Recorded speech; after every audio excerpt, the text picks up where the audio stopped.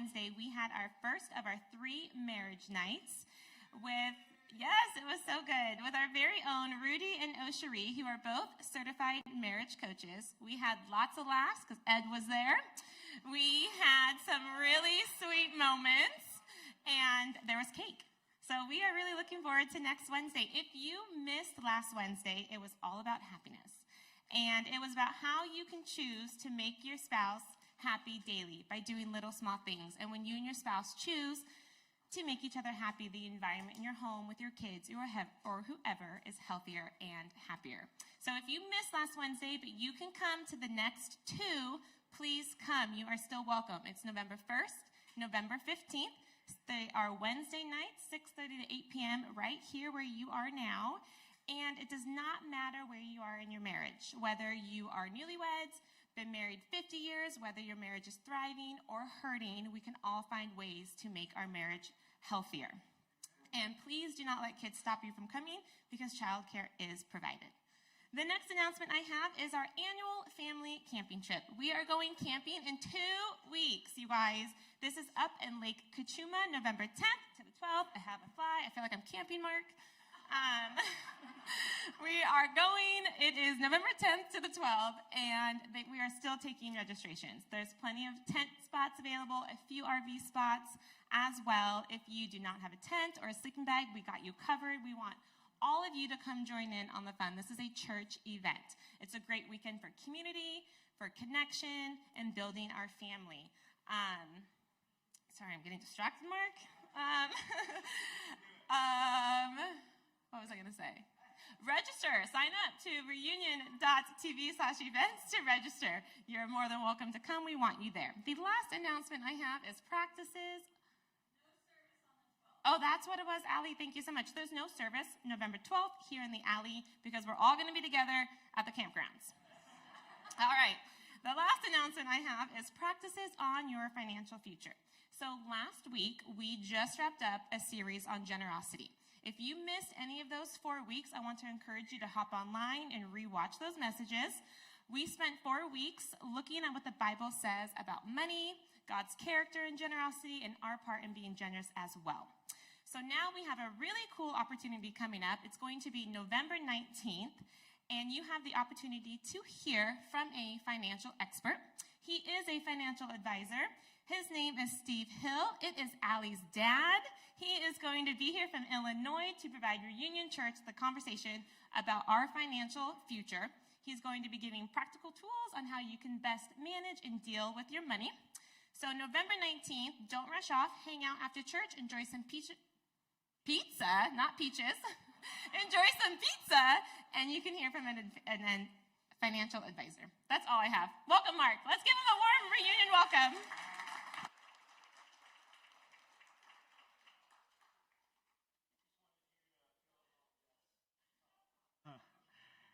We on? Good. All right. Hey, good morning, everybody. How we doing? Yeah. Okay, good. Hey, I've missed your faces. I've missed them. You're like, oh, nervous laughter. Because half of y'all weren't here last week or the week before, and so it's good to see you. Glad to have you back. Hey, I wanted to throw a picture up on the screen. Allie, did you find that? Last week I shared this with you all. This is a mission that we support here at Reunion Church, and it's over in Poland. And I think it's worthy of just noting, this is Maui. He's the president of Pro-M Ministries over in Poland. This is Shaba. She runs the school that they have there. And this is a kid who grew up in the school who just got elected to parliament in Poland. And so I just want you to know, like, when you're giving here, you're not just like giving towards turning lights on or whatever, but you're giving towards kingdom initiatives and kingdom things that are happening around the world, like having guys grow up in ministry and actually, which is wild to think that they have, like, when you think about God's perspective, oh, I knew this was going to go down. But it takes everybody participating, everybody's generosity to make that happen. And so thanks for giving here if you do. And if you're not, I would love to invite you to be a part of that, because you get guys like Adrian, who grows up in a ministry, the values of Jesus, and he carries those values of Jesus into a secular world where he can make change for the kingdom. So I just want to encourage you with that. Thanks so much for being generous. Well, hey, have you ever been in a conversation where you didn't enter into the conversation, you didn't bring up the topic, you didn't ask all the people to come, and so then very quickly it becomes awkward? Have you ever been in one of those conversations? Awkward conversations. Okay, all right. Ed, that was a perfect segue to say every conversation I'm in. Okay. Oh, you got told to be quiet. Okay, fair enough. Noted. You're making her happy. Well, this last Friday, I was in a conversation. I was volunteering over at my son's football games, and they have a JV game, and so the varsity parents volunteer at the JV, and then the varsity parents, then the JV parents volunteer at the varsity games. And I was having this conversation during the JV game. I was manning the barbecue, grilling, and doing all that kind of fun stuff, and a mother came up to me, and she was like, "Hey, your son's been doing awesome." And I was like, yeah, he has been. He has been. It's been cool. And she's like, "It's been cool? No, it's been awesome. Last couple of games, he's been out there like the Energizer Bunny, tearing it up everywhere. It's been awesome." And again, I responded with like, yeah, we're really proud of him for the opportunities he's taken advantage of. And again, I responded low key. Externally, that's how I responded.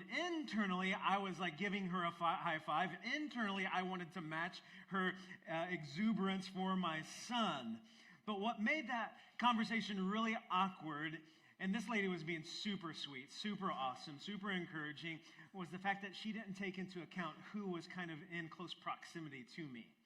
About 5 feet away, I could hear every word of the conversation. 5 feet away, I could interact or not interact, was the mom of the previous starting running back who had a season-ending injury.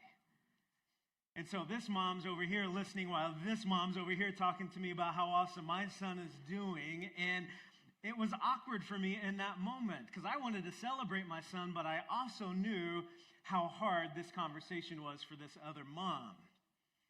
And here's the deal. You see, I knew what it was like to be in this mom's shoes. I know what it's like to experience a child who's had a difficult road to get to where they are. You see, my son, who had started a couple of games recently because of this injury of this other guy, it wasn't an easy journey for him. You see, the first season we had COVID, right?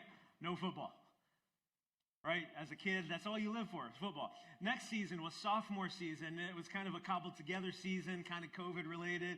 He got injured really bad that season, played through it on injured that we didn't know about, which is awesome as parents. And then we find out how bad it was. And then he has surgery in between his sophomore and junior year to repair said injury. And so his entire junior year was out. And you know, as moms and dads, right? All we want for our kids is for them to be healthy and for them to do the things that they love. And as I was thinking about this woman talking to me about how awesome my son was and and it has been fun. It has been exciting. It has been awesome to see your kid out there running around doing all kinds of fun stuff. But I also was thinking about this mom who was heartbroken. And after that other mom had left, I turned to the other mother and I said, "Hey, I'm really sorry. That must have been hard for you to hear. We're sorry about what happened to your son. We're sorry that he's not out there. And I just wanted you to know that I recognize that this was probably hard for you to hear, but we get it, and we're sorry." And she turned to me with tears in her eyes, and she said, "Thank you so much. It has been hard. It's been fun watching your son, but it has been hard, and thank you for your empathy," were her exact words. "Thank you for your empathy." And as I started thinking about that conversation, it was a reminder to me that when you are able to put yourself in someone else's shoes, when you're able to walk in their path for just a minute, see things through their perspective, you're reminded of this truth that it breaks down barriers and creates bridges to deeper relationships. How amazing would it be to belong to a place where there are deeper relationships and less barriers to community? Wouldn't that be awesome? Thank you, Liz. Thank you. Are you out there, Virgil? I said I needed the energy today, man. Where are you? Wouldn't it be awesome to be a part of a place that is filled with people who desire the same thing, who want less barriers and are all about building bridges to deeper community? Friends, thank you. Yes, amen, amen, amen. Yes, are you out there? Okay, thank you. All right. I'm excited today. Okay. Listen, this is my hope, quite honestly, for a reunion, is that we would be a place, not where you just walk in on Sunday morning at 10:05 because we got donuts and good coffee. Not just because you have a buddy who, yeah, I know, it's some of the reasons. Sometimes you got to have something to get here, right? But I want it to be more about the fact that you're excited to see so-and-so who you met last week, and you want to hear more about their story afterwards or beforehand. I want it to be more about where you're able to hear somebody express your desire for them to take another step closer to Jesus because of just truly desiring to get to know them, to be in community with them. And that's why we're starting this series. It's a brief series called Becoming a Family That Is.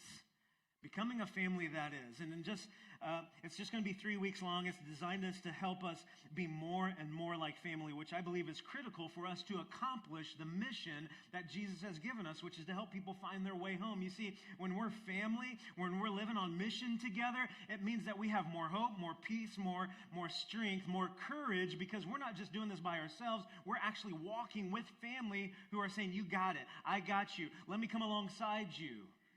But in order to become family, we have to build bridges and desire to go further.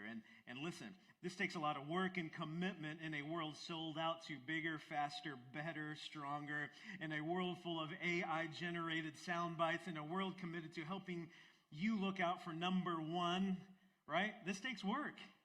It takes work. And so we're going to start this new series. And hey, listen, next week, I want you to put on your calendar to bring a friend to. We're going to have a special guest. His name is Brian Hickson.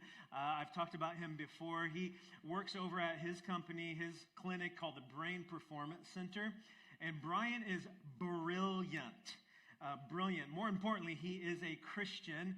And he works with teams like LA Dodgers. He works with the Rams. He has done a lot of research and consulting with AARP. He's met with all kinds of different people.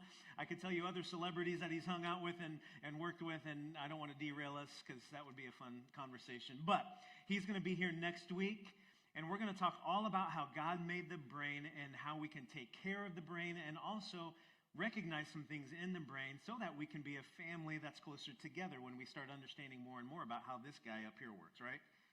And he's going to be here talking to us, and I'll be up here with him, and it's just going to be a phenomenal time. So bring a friend because it's going to be a great time. But today we're going to look at becoming a family that is transformed by seeing people like Jesus sees them. And we have used this phrase in the past that we want to be a trauma-informed church.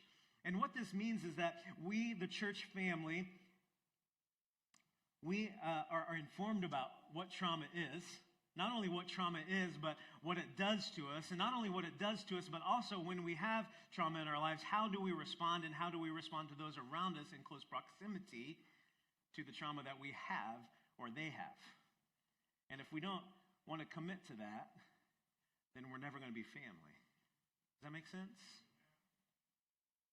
So in order to do this, in order to become family, in order to be transformed by seeing people like Jesus and how they saw him, we need to remember who we are today, like who Ed is, right? Who Joe is, who Alex is, who Isabel is, who Aaron is.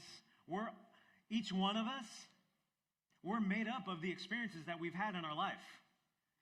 The good, the bad, and yeah, you guessed it, the ugly. That's what makes us up. Doesn't mean we have to be defined by them. It doesn't mean that they have to dictate our future, but we do certainly get influenced by those things. Today, I'm going to try something a little different, and you're going to have to push through the potentially weirdness of this, but I want everybody to put on, did everybody get a pair of sunglasses? Okay, thank you, sweetie. All right. Now, to help you feel comfortable, I'm going to put mine on as well, Okay, everybody, I want everybody to put some on. Kim. Okay, Kimberly, here you go. All right. Oh, you don't want mine? You think I got germs? Okay. Betsy? Okay, all right. I'm not gonna spend too much time embarrassing people. Okay, let's keep these glasses on. You look great, by the way. You look beautiful. You look awesome. Here's the thing. Hang with me here. You see, us humans, we're kind of interesting when it comes to how we view the world because, you see, the circumstances and what has gone on in our lives as individuals affects how we view family. It affects how we view church. It affects how we view authority figures. It affects how we view politicians and politics. It affects how we view mental health. It affects how we view different personal things about us, what makes us happy, what brings us joy. But our views are affected and influenced by what has happened to us, we've been exposed to or gone through as humans. And whether you or whoever you're around, you're dealing with our past and our experiences, right? And so I want you to hang with me here.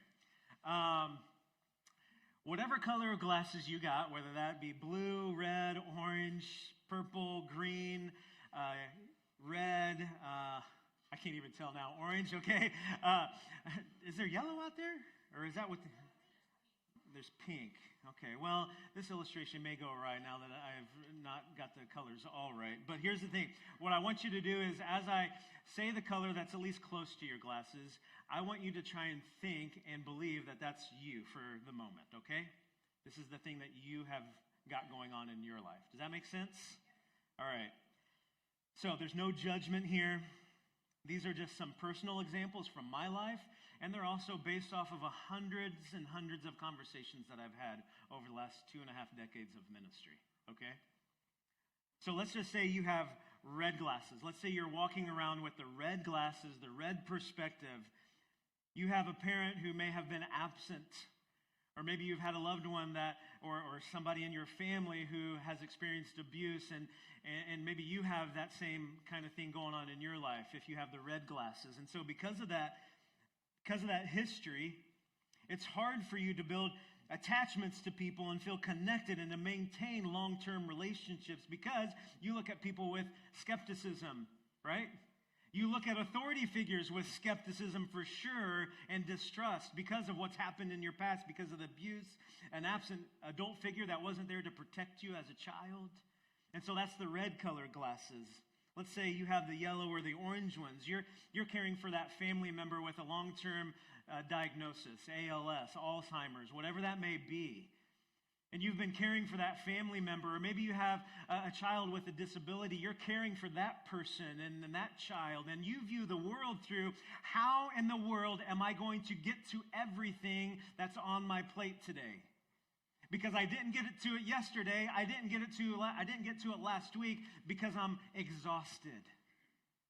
I'm exhausted, and every decision is thrown through the filter of caring for someone with some kind of need that takes more time, energy, and emotions than you actually have, and it's exhausting. So that's the yellow or orange glasses, whatever color they are. If you have the green glasses on, you're a first responder, and you can't get the images of tragic events out of your head. You struggle with PTSD, or maybe you're a veteran and you have a struggle forgiving yourself for the things that you did while in combat.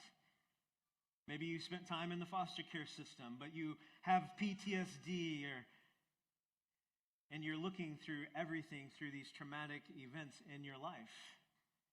Maybe a one-time occurrence, maybe a multiple occurrence, but you're viewing life through this, and because of that trauma that you experienced, you feel like you can't but help to try and control everything around you because you're trying to control the anxiety that's raging inside of you, and so you control it with anger sometimes.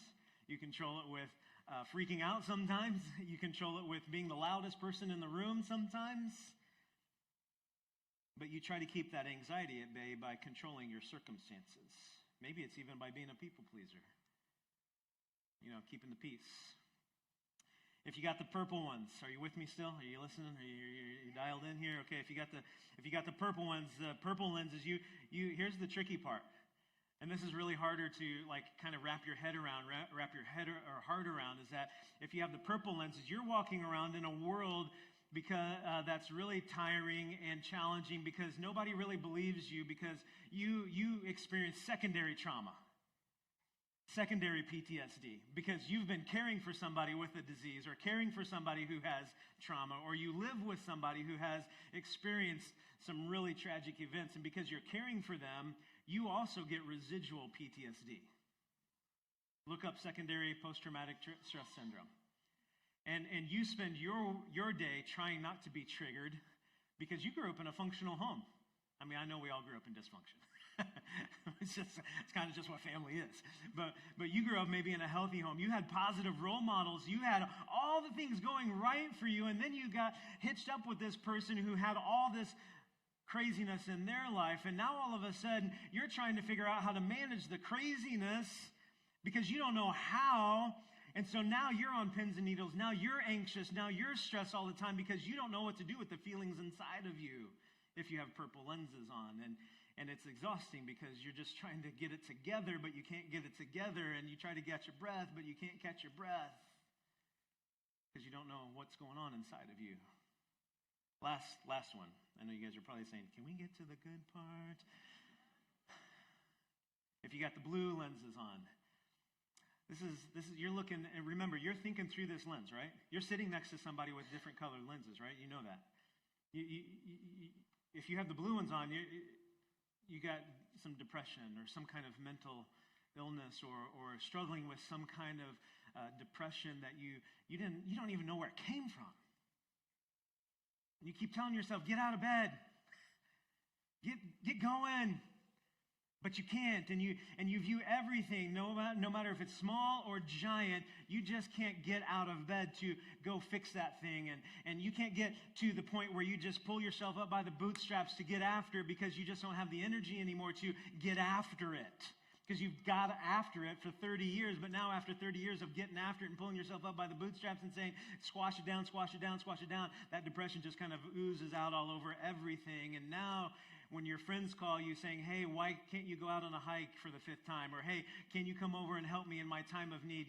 You don't even pick up the phone anymore because you can't deal with that. Listen. It's not wrong that we do this because we're humaning. We're humans. Now, like I said, it doesn't mean that we stay in those spots. But sometimes we're just being humans, and we're just calling it what it is, that sometimes we have these things in our past that we are trying to deal with on a minute-by-minute basis. Now, I want you to look at some people around you. Stare at them in the eyes awkwardly. Please do. Please turn, look. Look at them. Look at them. Look at all the people around you. Listen. My orange lenses, I'm looking at Ed. I think he has red lenses on. I'm looking at him with my lenses. He's looking at me with his lenses on. What kind of challenges does that present? I'm looking over here. I'm looking at Nicole. Hey, we're buddies because we got the same ones. We get each other. Hey, we're messed up. Great. Good job. Yeah. Okay. Oh, but hey, I'm over here talking with Donna. She's got blue glasses. I don't really get what Donna's dealing with. Can you not just get on with it? Right? We're a family filled with people viewing life, viewing each other through these lenses. And until we start acknowledging and recognizing that we all are in this together and that we all have our own set of lenses that we're looking at, guess what? When we start doing that, we build bridges to deeper community because we're saying, hey, I'm not going to judge this person over here because, gosh, I got my stuff, they got their stuff, and we're going to do this together. But until we do that as a church family, and just stop walking in here and then leaving, and then, hey, I had that one weird conversation with so-and-so. Gosh, what's their problem? Until we kind of take a step back and say, I wonder what's going on in their life. I wonder what happened in their world. I wonder if everything's okay. Until we start doing that, we will not become family. Let's take them off. You can take them off. Unless you want to wear them, you can wear them. You can go for it. In our time remaining, I want to go through three different principles to help us to begin to see people like Jesus saw them, okay? I want to look at three different principles to see people as Jesus did, and I want us to think about these things because our culture wants to press us beyond what we actually can do, right? Our culture actually wants us to just move on and not really remember that other people have challenges going on in their life, okay? First thing that we need to do is slow down. Okay. Yes. We need to slow down in order to see people the way Jesus sees them. You might have a conversation out here today. You're thinking about, I wonder what I'm going to put on the grill this afternoon. I wonder if I can make it in and out of Costco in 23 minutes. You can't. I wonder... No, you're going to have a conversation out here that you're wanting to think about getting in your car when somebody's going to dump some kind of heavy load in front of you. And if you're not slowing down, guess what? You're going to walk right past and they're going to feel rejected and overwhelmed and still in the same spot. But we're called to help each other, walk with one another. Look at what Jesus did. There's a story in Luke 18 is where we're going to be at. And Jesus is traveling. He's almost to this place called Jericho. And there's a crowd of people who are with him, who are around him, who are walking with him. And there's all kind. At this point in his ministry, Jesus was a magnet for people, right? He just had people all over him everywhere he went. And as he was walking to the city called Jericho, there was a blind guy who overheard who it was, and he started shouting out for Jesus. Now, I want you to pick up on something here. There's something to be aware of when we think about what we are dealing with. At times, the things that we have within us and in our past and in our lives, either today or back then, whatever, sometimes those things will derail the current. Does that make sense? They will derail life. And catch what we're trained to do. Still was the same thing back in Jesus' day. Verse 38, it says, "So the blind man called out, 'Jesus, Son of David, have mercy on me.' Verse 39, those who led the way commanded the guy to shut up." This is Jesus. We don't want to hear you. We want to hear him. Shut up. You think it's different? I'm telling you, this is what was going on. This is like the clean version in the Bible, right? But it's the people who were leading the procession who said, "Shut up." They told him to be quiet. But he shouted even louder. I love this guy. "Son of David, have mercy on me." Verse 40, Jesus stopped and ordered the man to be brought to him. When the man came near, Jesus spoke to him, "What do you want me to do for you?" What if we responded like Jesus when something gets derailed? When someone's issue derails the moment?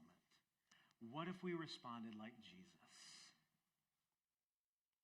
And instead, a lot of times what we do is we heap more guilt, more shame, more usher them away, out of the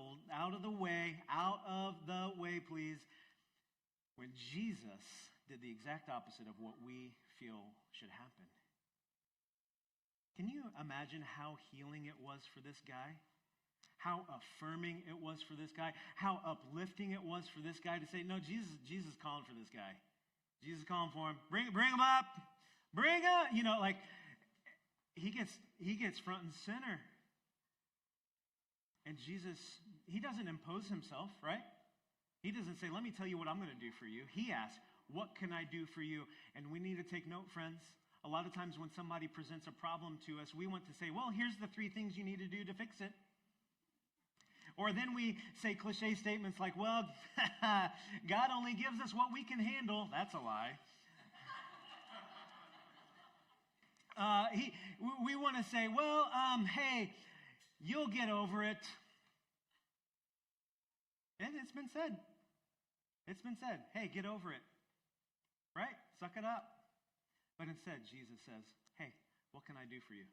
What if we started saying, "Hey, what can I do for you? Hey, I'm going to show up today with a plate of lasagna for you. hey, I'm going to show up and take your kids to all their events while you try to figure out how to get your life together. Because you don't want to see those other moms. Am I speaking the truth? Oh, there's clapping. There's literal clapping over here. Yes, we all feel that. What if we became a community? What if we became a family that slowed down to listen to the issue, listen to the person's pain, listen to the person's suffering, listen to the person's set of circumstances that they don't know how to get out of, and then we follow up with a meaningful question of like, what can I do for you? How healing would that be? How encouraging would that be? Don't you think like that's a bridge being built to community, to deeper relationships? We may not always be able to heal someone physically, like heal someone's blindness, but we can heal someone spiritually, emotionally, mentally by saying, you belong here, I'm halting everything, don't care about your issue, you are welcome. Let me move on. First, we got to slow down. Second, I know these are long, this is a long one. I didn't know how to say it nice and pretty. We must see people for who they are and who they can become. Who they are and who they can become. I personally believe this is the superpower of Christians, of followers of Jesus. You see, many of us have been down a lot of dark, empty roads as persons and in our lives, and we've encountered all kinds of things, and we've experienced all kinds of depths of pain, struggle, and different things in our lives. But then we met this one guy named Jesus. And Jesus said, hey, guess what? I'm going to redeem your past. Guess what? I'm going to take that thing that was meant for bad and make it good. I'm going to take your life and give you hope. And I'm going to use your life for my kingdom's sake. And we have a superpower to be able to call that out in people. Because we get to walk with Jesus. We get to walk in the power of Jesus. He said that all authority has been given to us. I'm with you always. We get to be Jesus to other people, to say, I see this in you. Look at Mark 9. Verse 25, there's a story that, I recognize if this is your first time being in church, or maybe you're just not used to this Jesus guy or conversation. Sometimes there's just weird stuff in the Bible. I don't know what to say. There just is. But in Mark 9, there's this story about this demon-possessed boy or guy, and there's this argument going on in between like some religious leaders and Jesus' disciples. And I have to believe it wasn't an argument. I have to believe it was the Pharisees, the pastors of the day, saying to his disciples, hey, what's wrong with you guys? You can't do the same thing Jesus is doing? Some version of that. Jesus rolls up onto the scene, gets caught up to speed with what's going on. And in verse 25, it says this: when Jesus saw the crowd and was running to the scene, he rebuked the impure spirit. You deaf and mute spirit, he said, I command you, come out of him and never enter into him again. Verse 26, the spirit shrieked, convulsed him violently, and came out. The boy looked so much like a corpse that many said, he's dead.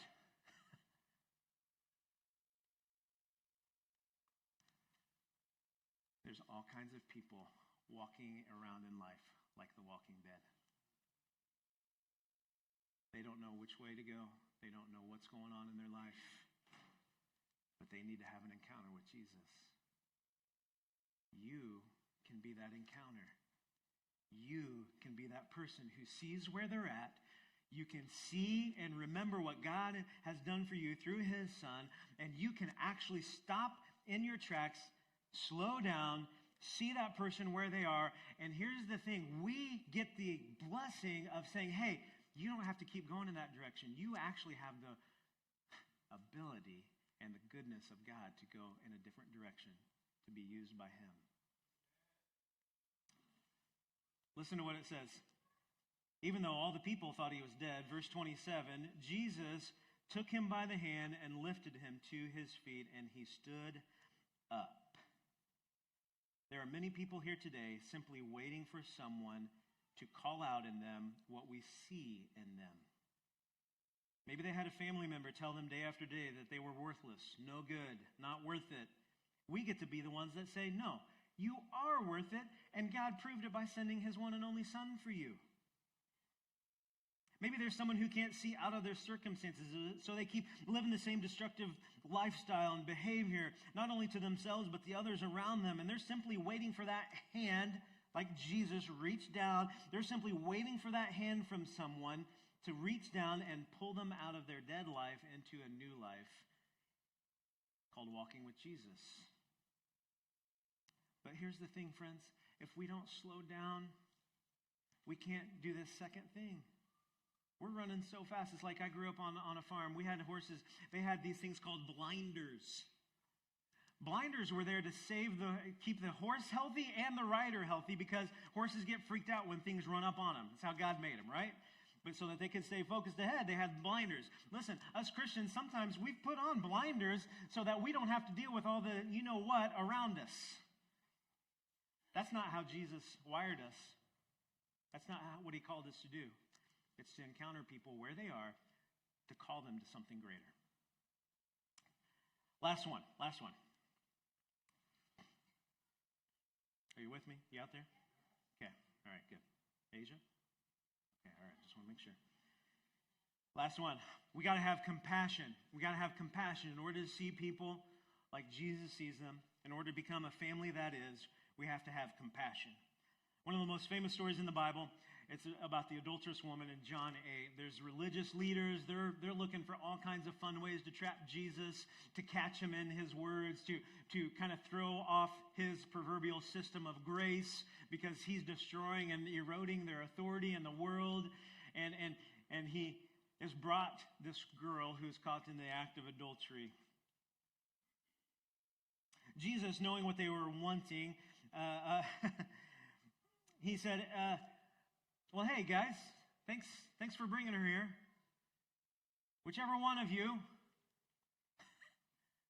doesn't have any sin in your life, you get to throw the first stone. Go for it. You do it. If you want to judge, you go for it. Have fun. And of course, nobody could throw a stone because none of them were without sin. And they all left. And Jesus says to her, hey, where are all your accusers? Where did they go? Are they here still? Has anyone left? And in verse 11 it says, no one's left, sir, she said. Then neither do I condemn you, Jesus declared. Go now and leave your life of sin. I want you to hear me. I'm not sharing this story so that we can go out and do whatever we want because we have Jesus' grace in our life. I mean, there's consequences for our actions. There's consequences for our decisions. However, I believe sometimes, just like the Pharisees were great at finding all kinds of ways to trip people up in their sin, we get so caught up in someone else's junk that we forget that there's a person there. We forget that there's a restorative process in saying, hey, we see what's going on here. But we have the heart of Christ, and we want to restore you, to remind you, to redeem you, to say, hey, listen, you have this stuff, but let's keep going. Jesus died on the cross for you. And we have to have compassion in order to do that.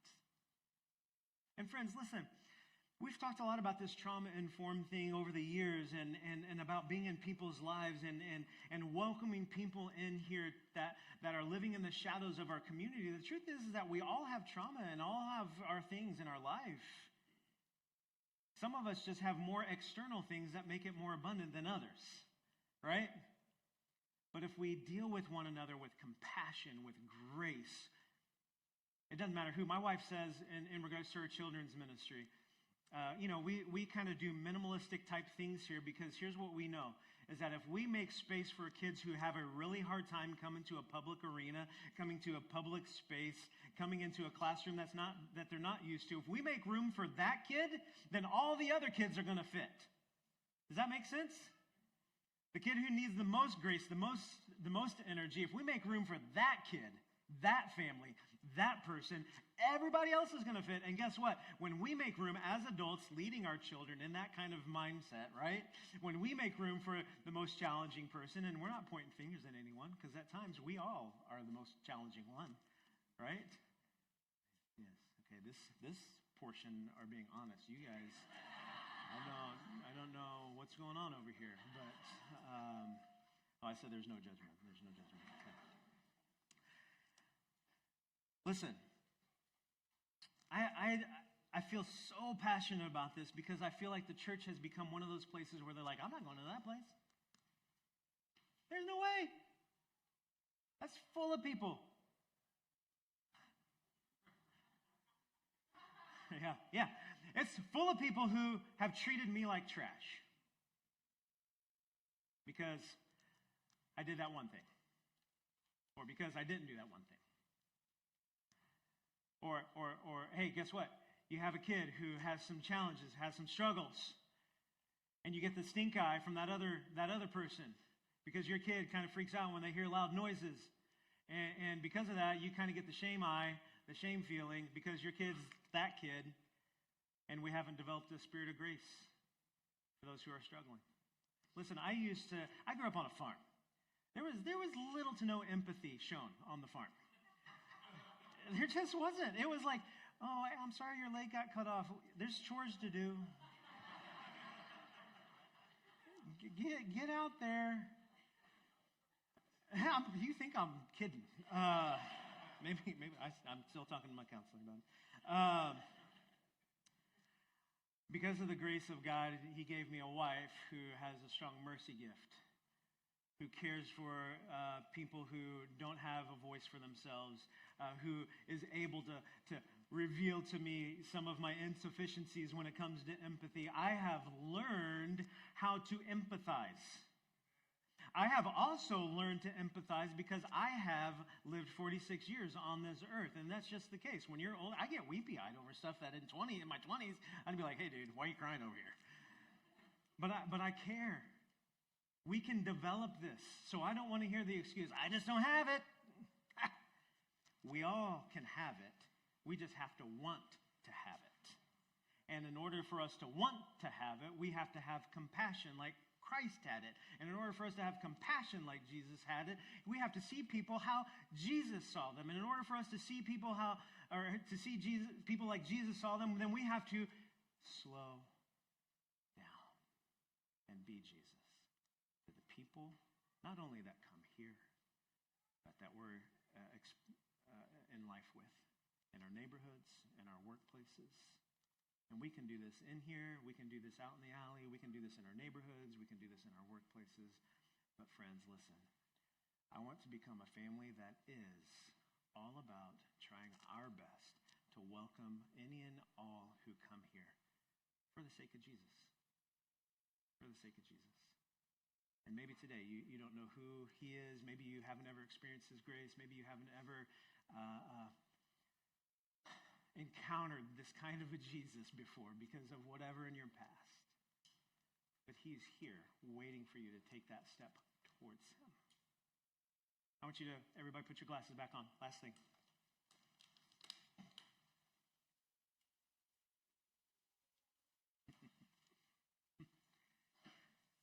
My gift to you, you get to keep these. I know, we're generous here. Oh, gosh. Hey, funny story. A month ago, I bought these glasses off of Amazon because I had this amazing sermon illustration. And I was like, oh, I'm so excited about this sermon illustration. I can't wait to use them this weekend. I got them on Monday. They got there on Tuesday because I can't wait. You can't wait for Amazon. They got to get there the next day or you're done with them, right? And so they got to my house. On Wednesday, I got the box out and I started opening them. I said, babe, do you remember what I got these for? I couldn't remember what it was for. But God knew we needed them for today. God knew that we needed to see each other in these funny glasses in regards to how we see each other. And listen, the world wants us to look at each other with our different colored lenses and to judge, to mistreat, and to assign labels to, and to do all that kind of stuff with these on all the time, 100%. And sometimes we're human and it happens, right? But here's the truth of the matter is, take them off. Take them off. Now look around. Awkwardly look at some people.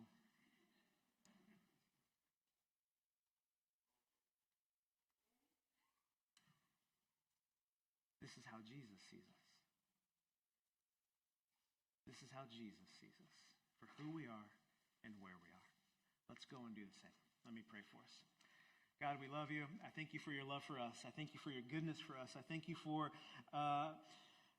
using our past and redeeming it, even though maybe the enemy wanted to use it for bad and for evil. You actually take it And you use it for good. And sometimes that's really hard for us to wrap our heads around, but I've experienced it myself. I know many others have experienced it.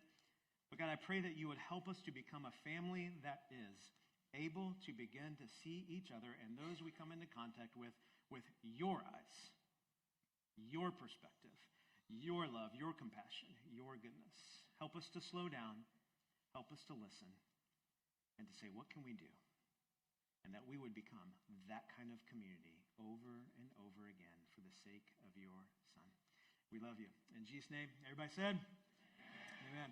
Hey, don't forget, next week, bring a friend. It's going to be a great Sunday.